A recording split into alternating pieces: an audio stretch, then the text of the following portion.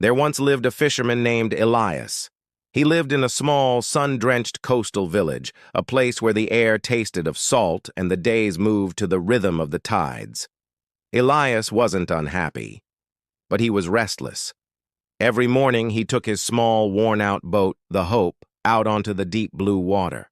Every afternoon he returned with a moderate catch, enough for his family, enough to sell just a little bit. But every evening he would sit on the docks, watching the bigger, newer trawlers come in. They belonged to the fishermen from the next town, men who brought back nets overflowing with silver fish, men who were clearly getting rich.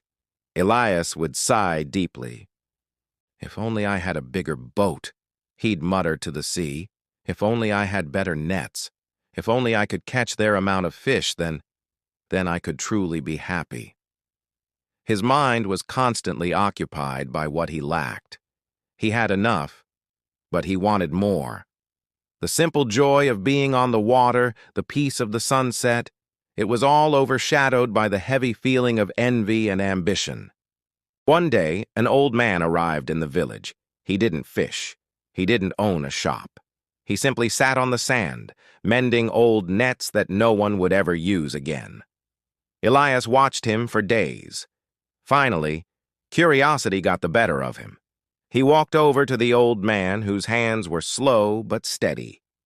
"Old man," Elias said, his voice edged with frustration, "you sit here all day mending nets that won't hold a single fish. Why?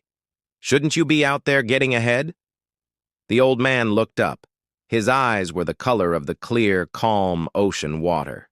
He smiled, a soft, deep smile that reached his eyes. "Getting ahead of what, young Elias?" Elias threw his hands up. "Ahead of poverty, ahead of this small life. I want what those men have. I want the big catch, the big boat, the easy life. I want success." The old man nodded slowly. He picked up 2 stones from the sand. One was large, rough, and heavy. The other was small, smooth, and warm from the sun. "Elias," he said gently, holding up the large stone. "Imagine this is your life right now. You have just enough fish to live. It's solid, dependable." Then he held up the small, warm stone. "Now, imagine this is a feeling. The feeling of gratitude for what you already have." He placed the large stone in Elias's hand. It was cold and heavy. "Now tell me, if you spend all your time trying to make this stone bigger, trying to make your catch bigger, where do you keep the feeling?" Elias thought about it. "I keep working until the stone is big enough. Then I'll have time for the feeling." The old man chuckled, a dry, rustling sound like wind through dry leaves. "You have confused the boat for the ocean, Elias.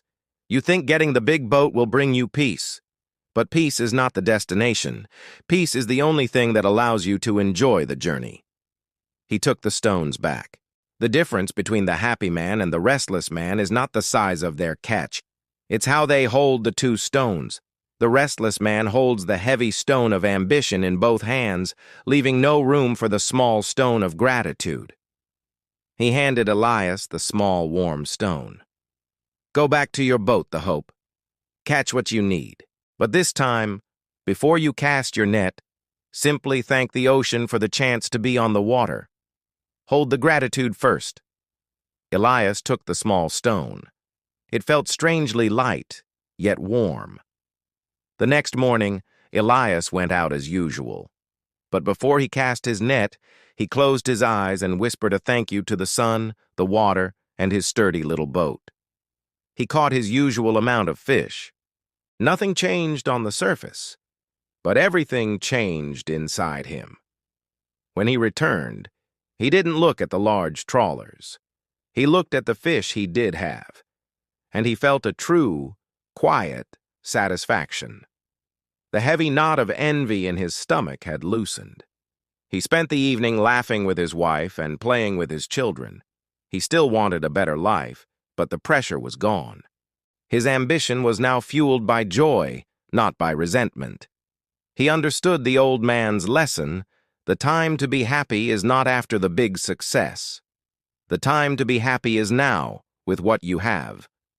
Elias never saw the old man again, but he kept the small stone.